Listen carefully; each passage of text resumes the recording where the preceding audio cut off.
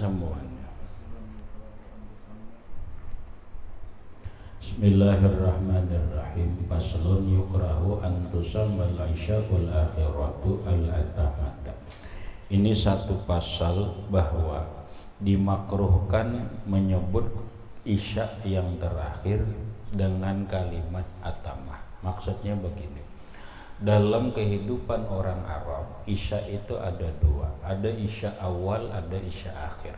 Isya awal itu adalah maghrib. Isya akhir itu ia sembahyang isya. Ini bahasa di Arab. Kalau bahasa kita di sini, isya awal itu adalah sembahyang maghrib. Adapun isya akhir ia sembahyang isya. Itu bahasa. Kemudian zaman dulu orang di Jazirah Arab itu menyebut waktu isya itu dengan kalimat atau bahasa lafaz atamah. Nah, begitu Islam datang, Rasulullah Shallallahu Alaihi Wasallam membawa bahasa yang baru. Bahasa baru yang dibawa oleh Rasulullah itu adalah isyaul akhirah, isya akhir. Dimakruhkan menyebut al-atamah karena al-atamah ini adalah bahasanya jahiliyah. Maka timbullah bahasa isya awal dan isya akhir. Isya awal itu adalah maghrib, isya akhir itu adalah isya sembahyang isya. Waktu antara maghrib dan isya disebut bainal isya'aini. Itu kalau hadisnya tuh bainal isya'aini, antara dua isya. Isya awal, isya akhir. Isya awal itu adalah maghrib, isya akhir itu adalah isya. Nang kita menyebutnya adalah sembahyang isya. Ini masalah bahasa. Lil ahaditsis sahihatil masyhurati, karena ada beberapa hadis yang sahih yang masyhur fi zalika, pada masalah itu. Wa yukrahu, dan dimakruhkan aidan antusammal maghribu isya'an. Disebut maghrib itu isya, makruh juga. Dimakruhkan juga menyebut waktu maghrib itu dengan waktu isya. Ya makanya tadi ini hanyalah bahasa. Bahasa di zaman jahiliyah, waktu maghrib itu mereka menyebut isya, waktu isya itu disebut atamah. Islam itu datang lalu membawa bahasa adalah isya awal, isya akhir. Berikut direvisi lagi, dilebih baik lagi oleh para ulama. Isya awal itu kada usah disambat isya awal. Maghrib aja sudah disambat. Maghrib isya, maghrib isya. Paham, adik? Makanya di dalam telaahan fikih pikai, sembahyang itu dinamai sembahyang itu sesuai dengan waktu. Mungkin dulu sebelum saat Nabi menerima sembahyang itu 5 kali dalam sehari semalaman, penamaan sembahyang itu belum ada. Nah, setelahnya lalu ada kalimat subuh, zuhur, itu ada. Maka ketika orang sembahyang subuh, kenapa 2 rakaat? Kenapa sembahyang subuh itu dinamakan sembahyang subuh? Karena subuh itu adalah cahaya yang sudah terang yang menunjukkan matahari yang disebut dengan terbit fajar. Maka sembahyang subuh itu waktunya terbit fajar, mulai cahaya matahari sudah timbul, maka dia disebut sembahyang subuh, maka dia disebut sembahyang fajar. Sampai waktu zuhur. Kenapa sembahyang itu disebut sembahyang zuhur? Karena sembahyang itu sesuai dengan waktunya, yaitu zuhur. Apa itu zuhur? Zuhur itu adalah nampak sebijian matahari. Sembahyang zuhur diwaktukan adalah ba'da zawal, setelah matahari di pertengahan, yang saat matahari di pertengahan langit itu disebut istiwa, bergisir sedikit masuklah zuhur. Maka matahari di pertengahan bumi, di pertengahan langit itu disebut nampak, maka sembahyang itu disebut sembahyang zuhur. Waktu berjalan, sampailah sembahyang ashar. Kenapa sembahyang itu disebut ashar? Karena waktunya sudah mengiringi tenggelam matahari, mulai gelap. Nah, berikutnya adalah sembahyang maghrib. Kenapa sembahyang itu maghrib disebut gharaba? Gharaba itu maknanya tenggelam.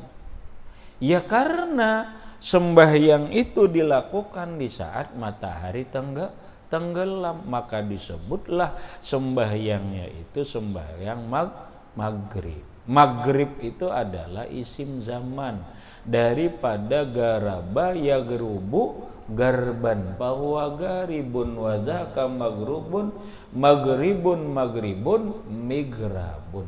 Maghrib adalah saat waktu tenggelamnya matahari.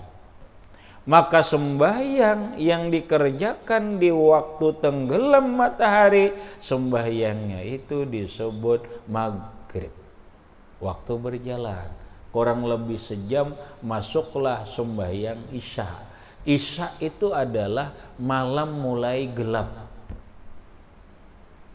Allah, malam mulai gelap. Kenapa sembahyang itu disebut sembahyang isya?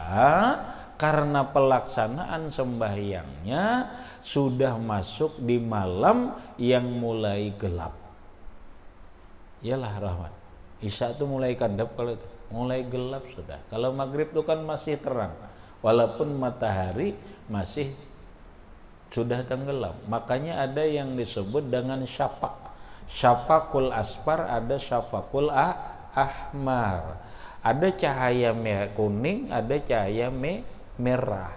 Maka ketika cahaya merah itu sudah hilang di atas langit, maka bumi ini menjadi gelap. Masuklah waktu isya, habislah waktu maghrib. Nah, penamaan isya itu baru ada setelah Islam. Sedangkan bahasa dulu sebelum Islam bahasanya adalah atamah. Maka Rasulullah Shallallahu Alaihi Wasallam mengajarkan kita, dibawalah bahasa yang lebih bagus, bahasanya adalah isya, bukan atamah. Sama bahasanya sembahyang maghrib, bukan sembahyang isya awal. Paham mar? Lah? Habis. Rawaina fi sahihil Bukhari. Rawaina fi sahihil Bukhari ana Abdullah ibni Mughaffal al-Muzanni radhiyallahu anhu wa huwa bil ghainil mu'jamah. Rawaina, kami riwayatkan, fi sahihil Bukhari, di dalam kitab Sahih Al-Bukhari, an Abdullah, dari Abdullah bin Mughaffal Al-Muzanni radhiyallahu an, wa huwa Mughaffal bil ghainil mu'jamah, dengan ghain bertitik, Mughaffal.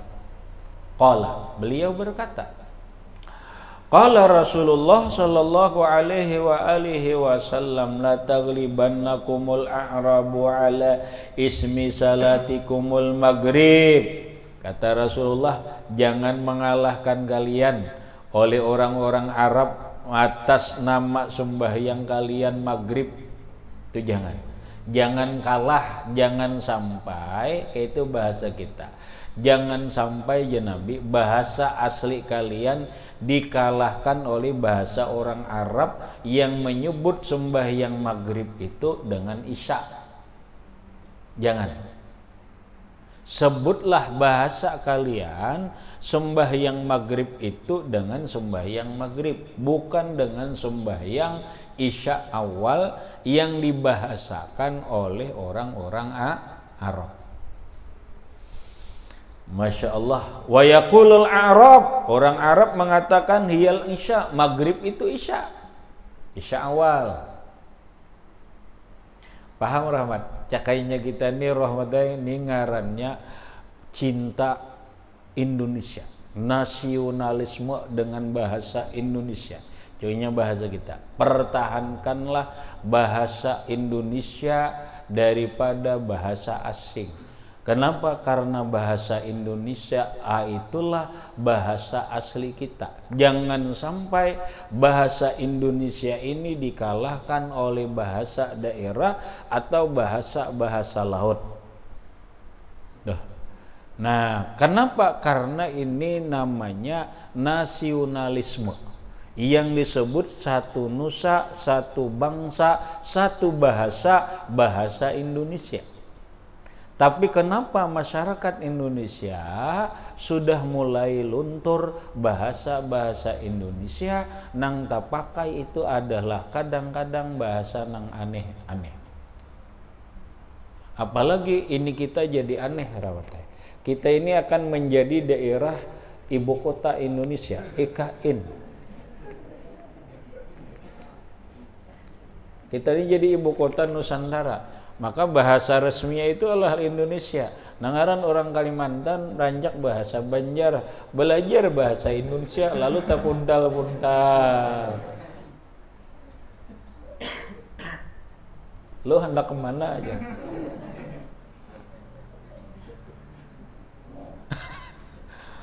Lo kadada bahasa Indonesia, lo kadada. Orang bahasa Indonesia tuh kamu. Kamu mau tolak kemana aja? Orang IKN hendak bahasa Indonesia. Jadi kamu hendak tolak kemana aja?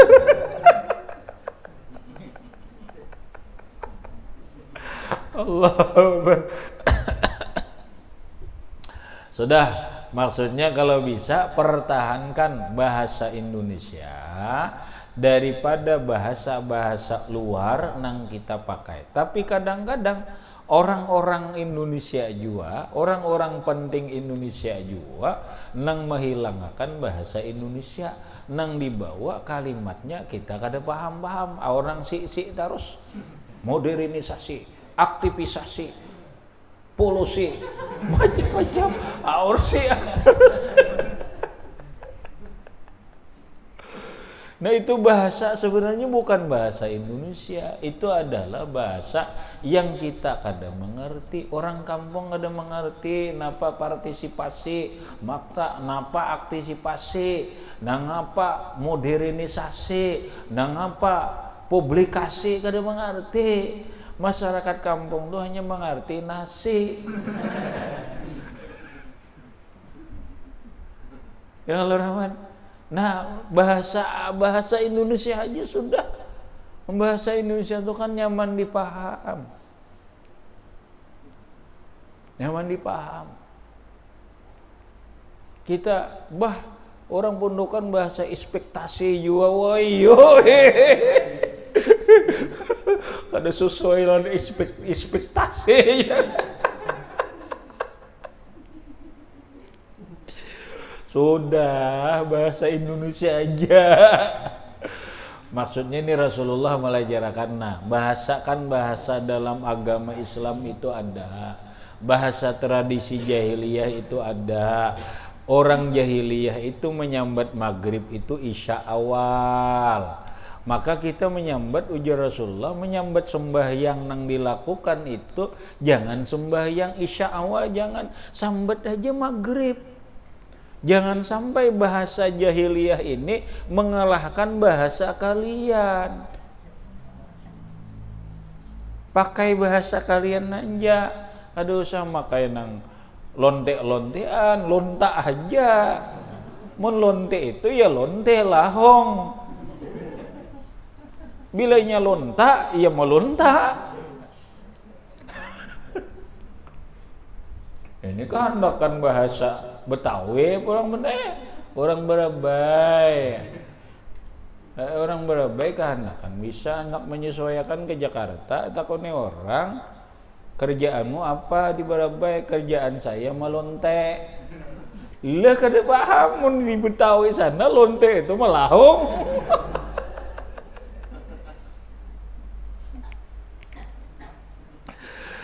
Aduh, jadinya malunta aja nya kada paham kok. Men melonte, bah. Jadi pentinglah ngarannya nasionalisme dalam bahasa. Karena kita satu nusa, satu bangsa, satu bahasa. Bahasa Indonesia. Nah, samanya ini tinggal lihai, ngalihai kamu. Kita ini mulai bahasa-bahasa luar terus. Menyambat tuh apa ayam tuh ayam apa aja nang orang membaca nggak tuh apa ayam apa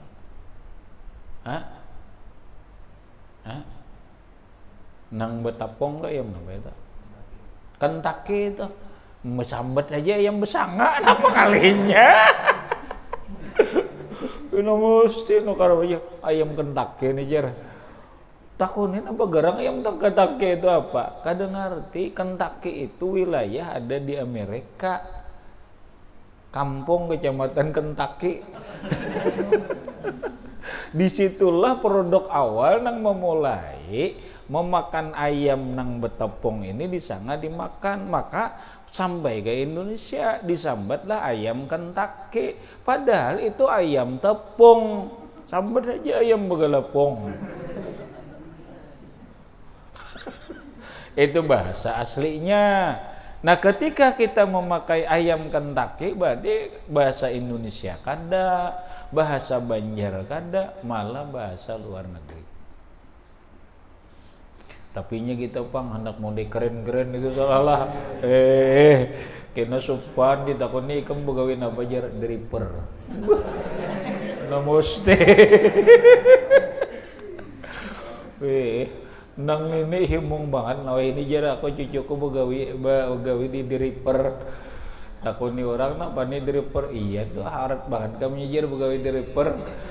Padahal kan orang pian dah wala dripper itu supir.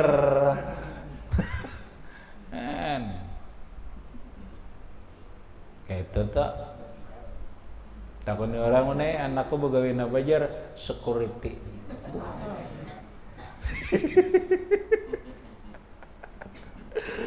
Harap banget rupanya nih security nih. Baik kamu harap ini cucuku buka di security. Dikiranya apa? Udah tahu pos kamling. Satpam lalu hendak keren security. Satpam aja disambat besopan aja nyebut satpamnya. Nah iya, bahasa aslinya sapam. Ini kayak pembantu ampih kan nyebut pembantu. Mendasar bahasa Indonesia pembantu kayak Pak. Nah bajar ini asisten rumah tangga.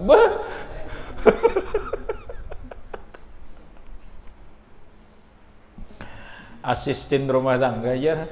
Asistennya pembantu itu bahasa kantor nih, asisten jadi asisten bupati ya.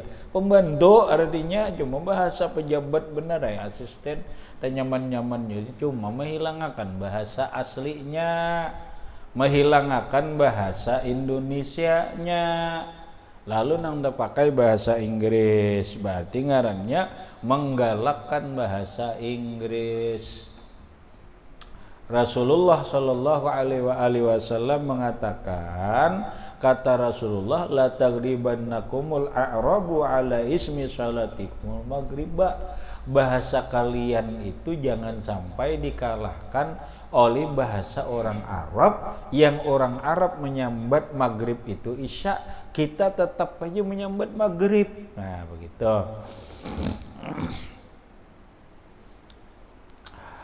Wa ammal ahadisul waridatu bitasmiyatil isya'i atamatan, adapun hadis-hadis yang datang menyebut isya itu dengan kalimat atamah, kahadisin seperti hadis law ya'lamuna fis subhi wal atamah la atauhuma walau habwan. Ini pang hadis tu pang Nabi ada jar menyambat sembahyang Isya tu menyambat atamah. Salah satu buktinya ini hadisnya jar Nabi law ya'lamuna ma fis subhi, jikalau kalian mengetahui ganjaran sembahyang subuh wal atamati dan sembahyang atamah.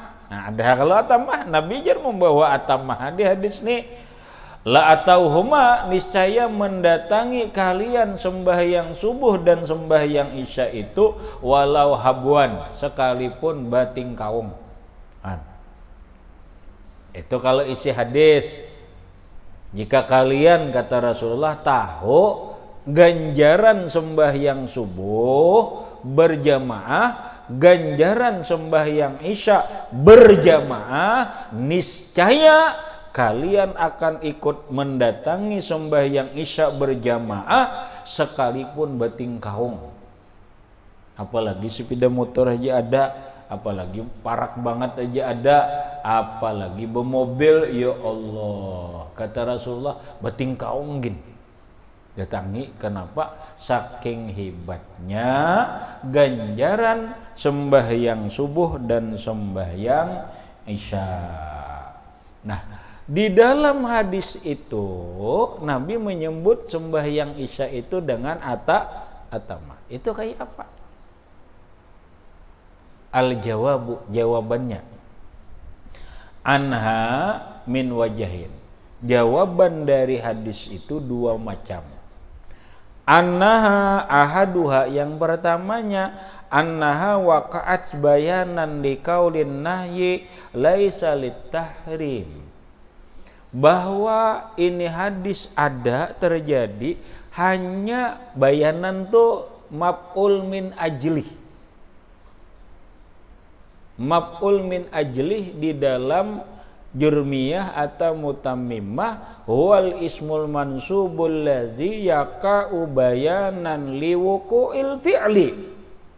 Kenapa Rasulullah dalam hadis itu membawa kalimat atamah? Alasannya bayanan, karena Nabi ingin menerangkan liqaulin nahyi, keadaan larangan itu laisa litahrim, bukan haram. Nabi hanya mengatakan dengan kata-kata itu menerangkan kada haram. Namun sebaiknya disebut Isya, jangan atamah. Itu satu alasannya. Yang kedua, balitanzih, ya kan, untuk menyucikan, membersihkan bahasa. Wasani, yang kedua, annahu khutiba biha may yaqafu ayatabisa alaihil murad walau sama isya'an. Yang kedua, Nabi khutiba biha, yang dihitab dengan hadis itu adalah orang yang takut tersamar antara dia yang dimaksud apakah sembahyang maghrib, apakah sembahyang Isya. Yang lau samaha isya'an, jikalau Nabi menyebut Isya, karena khawatir jadi pemahamannya sembahyang maghrib. Nah, sehingga supaya Nabi kada memberikan kata-kata yang jelas lawan orang Arab yang belum banyak mengerti bahasa dalam agama, Nabi membawa kalimat sembahyang Isya itu dengan kalimat atamah, sehingga mereka bisa membedakan, oh ini sembahyang Isya maghrib, ini sembahyang Isya atamah. Jadi Nabi menggunakan kalimat atamah itu satu untuk menerangkan bahwa penggunaan kata itu bukan haram tetapi makruh. Yang kedua, Nabi menggunakan kalimat itu supaya masyarakat paham yang bahasa agama belum mereka mengerti, supaya jangan tersamar antara sembahyang maghrib yang disebut Isya dan antara sembahyang Isya Nabi sebut atamah.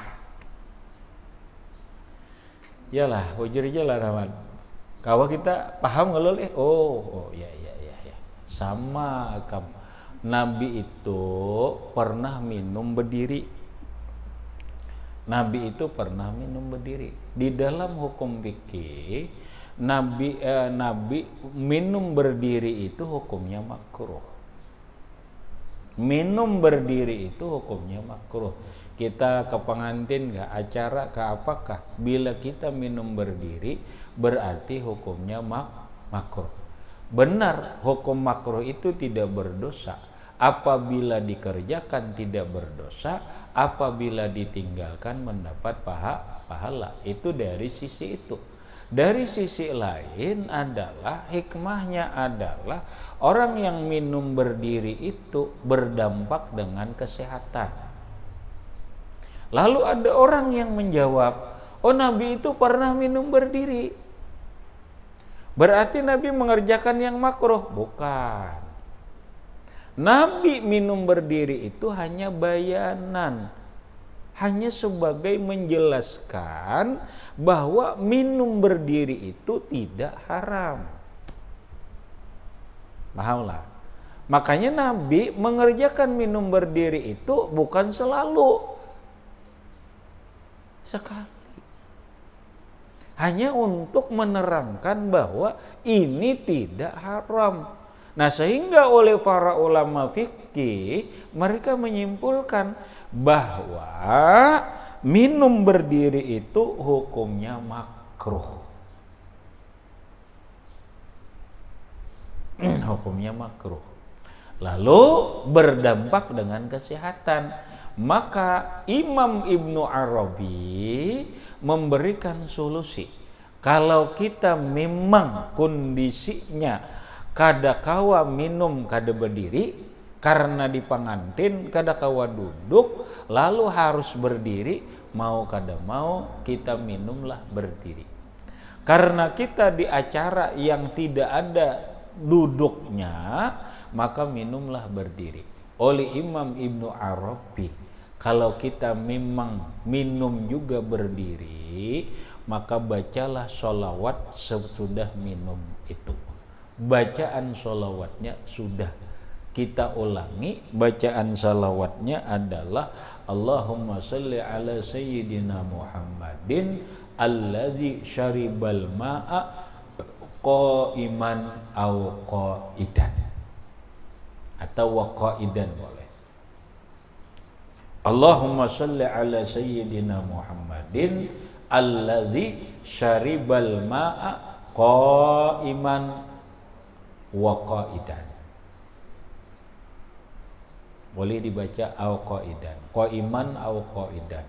Maka ujar Imam Ibnu Arabi, siapa orang yang membaca sholawat itu setelah minum berdiri, insya Allah dampak buruk, nah, bahasa kerennya dampak negatif yang dihasilkan dari minum berdiri itu tidak akan timbul.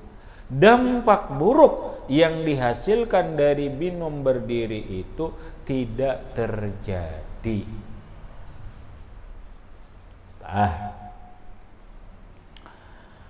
Berikut, wa amma tasmiyatu subhi ghadatan. Adapun menamakan sembahyang subuh itu ghadatan.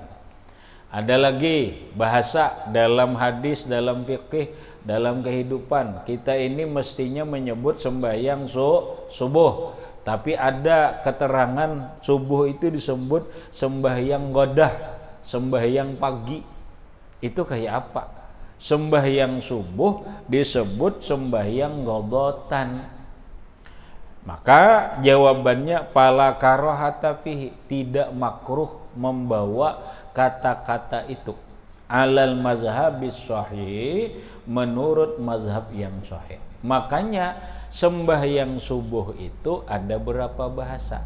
Satu, sembahyang subuh itu disebut sembahyang fajar. Dua, sembahyang subuh. Tiga, sembahyang ghadah. Pahamlah? Ada sebutannya, satu sembahyang subuh, dua sembahyang fajar, tiga sembahyang ghadah, sembahyang ghadatan.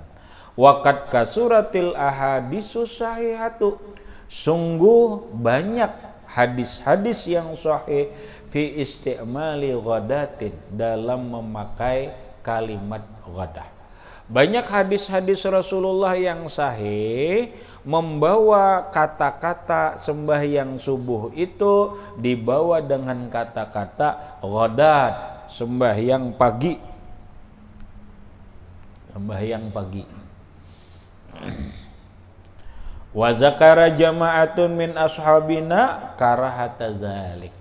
Wa zakara jama'atun, dan menyebutkan sejamaah min ashabina, dari ulama-ulama kita, karahata dzalika, makruh yang demikian itu. Walaysa bisyai'in, dan tidak ada sesuatunya. Ada apa-apa. Walaysa bisyai'in, dan bukanlah ada sesuatunya. Wala ba'sa bitasniyatil maghrib wal isya, isya'ain juga.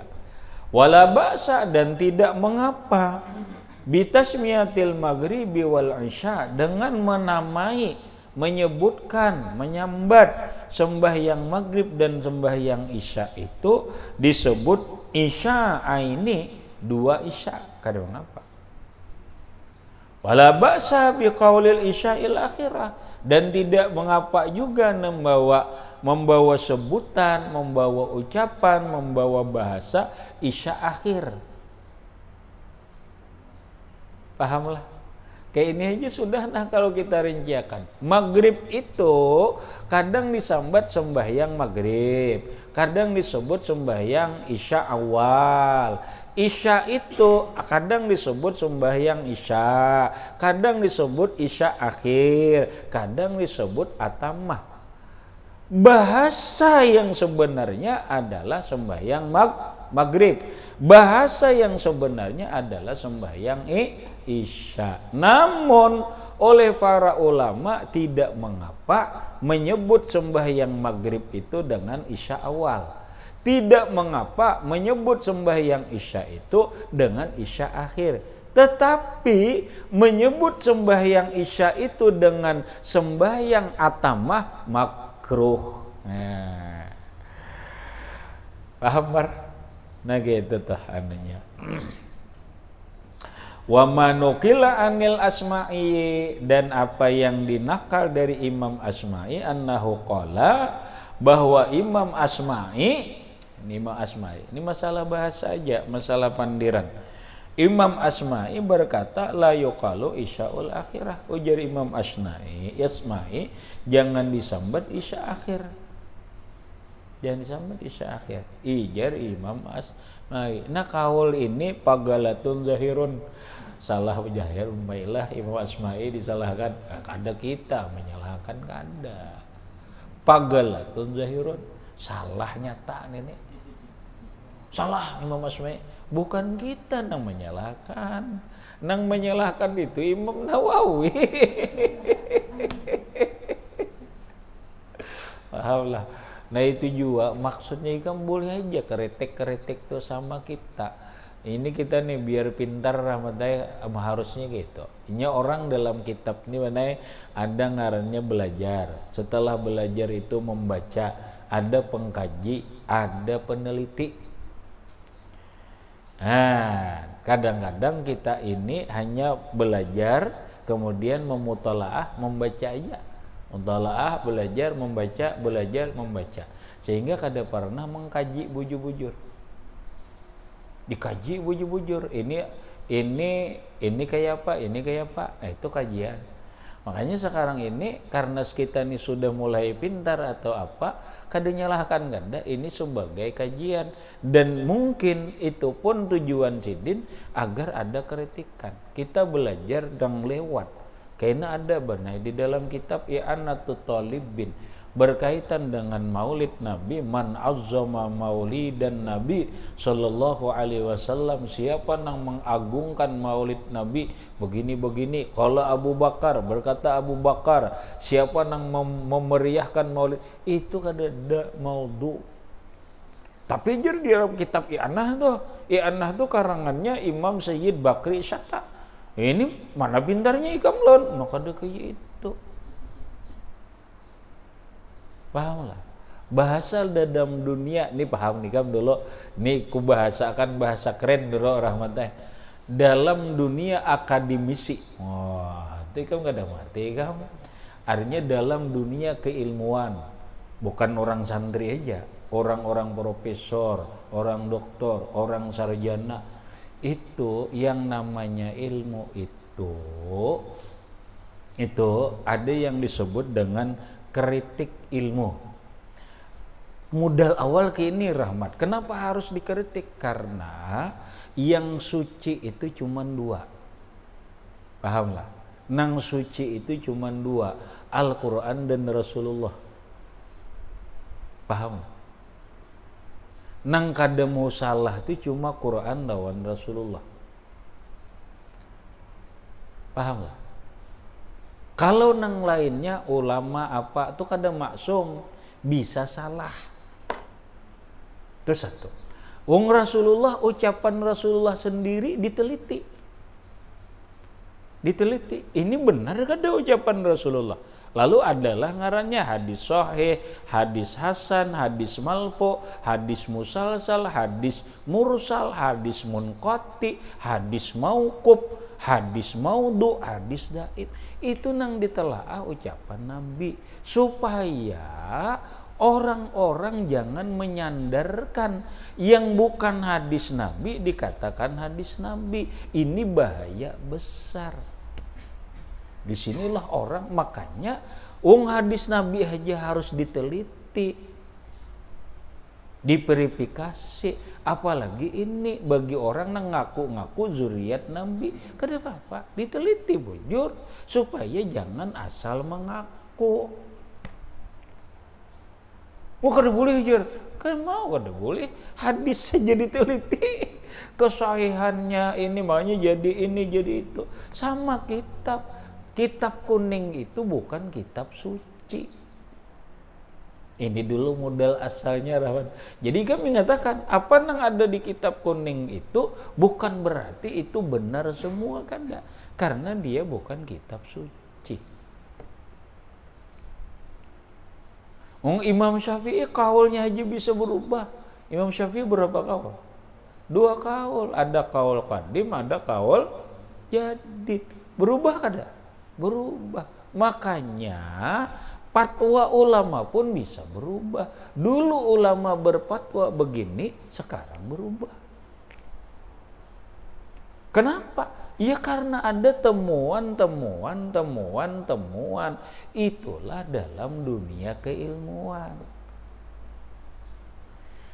Lah, ikam bila hendak pintar baca kitab, jadi setelah kitab itu dikaji. Kajian tuh dibanding di sisi kajiannya dalam ilmu nahwnya nih kayak apa, dalam sorobnya kayak apa, dalam balagahnya kayak apa, penjabarannya kayak apa, itu namanya kajian. Lah, nah di atas kajian ada penelitian, kita teliti, bang ini rasa aneh, bujur garang. Paham lah. Nah, lalu untuk meneliti itu ada sumbernya. Ini sumbernya di mana? Oh, sumbernya ini, referensinya, sumbernya. Kita cari, bang, bujurlah ada di sumbernya. Padahal kan diambil dari kitab cari. Oh, ternyata tidak benar. Oh, berarti ini ada masalah ini kitab. Pahamlah, itu ngarannya bagian peneliti. Kita ini jangan hendak jadi peneliti, jangan hendak jadi pengkaji, pemutalaah, pembaca aja kada. Lah makanya kada mau pintar Ika biar paham. Untuk pintar tuh kayak itu. Ini kitab ini sudah kalau belajar, sudah dibaca, dikaji pula. Mau kajiannya apa? Oh, kajiannya banyak. Ini kenapa jadi kayak ini? Oh, kenapa? Ini kenapa kajiannya jadi begini? Oh, ini. Oh, jabarannya begini. Itu kajian ngarannya. Lah, hanya peneliti. Nah, peneliti inilah yang hebat.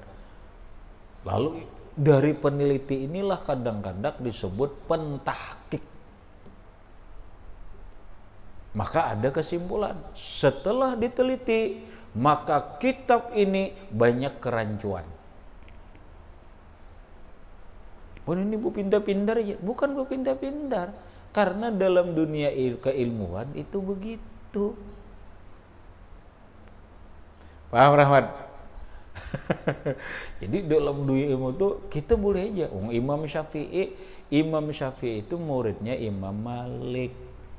Sidin mengeritik paguruan, bahkan kadang mau umpati mazhab paguruan, justru berpendapat sendiri. Sarik ke Imam Malik kada apa. Aku ikam munikam nih bisa mengkaji, bisa meneliti, suka lagi. Lalu berbeda pahaman, kada apa. Tapi setelah bujur-bujur meneliti dan mengkaji. Ini ada di kitab kuning jar. Ini pondokan biasanya gitu. No, kitab kuning itu bukan kitab suci. Pahamlah. Nang kitab nang suci, arti suci itu Al-Qur'an. Inna nahnu nazzalna dzikra wa inna lahu lahafizun. Karena Quran itu wahyu Allah. Nang kedua itu adalah Nabi. Nabi kada pernah berdusta. Sekalipun ucapan-ucapan hadis sidin karena waktunya panjang jauh lalu diteliti. Bukan meragukan ini ucapan Nabi kadanya, tapi meragukan kalau ada orang nang maulah-ulah mengaku-ngaku bahwa ini hadis Nabi padahal kada. Orang tadi kembali tadi, masa orang meneliti hadis Nabi aja boleh disuruh digawi ulama, sekarang orang mengaku zuriat Nabi diteliti, wajar. Paham Rahmat? Dalam pandangan dunia keilmuan, ini mau pintar-pintar pada, bukan begitu. Fatwa ulama pun bisa berubah kalau ada temuan-temuan baru. Habis, kemudian mana lagi semuanya? Faqad sabata fi sahihi Muslimin anna Nabiyya sallallahu alaihi wasallam qala, sungguh Rasulullah berkata dalam kitab Sahih Muslim, ayyuma mar'atin asabat bakhuran fala tashhad ma'annal isya al-akhirah. Nah, Nabi bawa kalimat isya al-akhirah ada. Nah, isya al-akhirah. Sabat tapi dzalika kalamun khalaiku. Banyak ada ucapan makhluk banyak banget. Layah sunanna kada terbatas minas sahabat. Sahabat juga memakai bahasa isya al-akhirah fi sahihain wa ghairihima. Waqad awdahtu dzalika kullahu bi syawahidihi, sungguh aku jelaskan yang demikian itu dengan syahid-syahidnya di dalam kitab Tahzibul Asma wal Lughat. Wabillahi taufik. Faslun wa mimma yunha anhu ifsya'us sirri ila akhirih wallahu a'lam bissawab.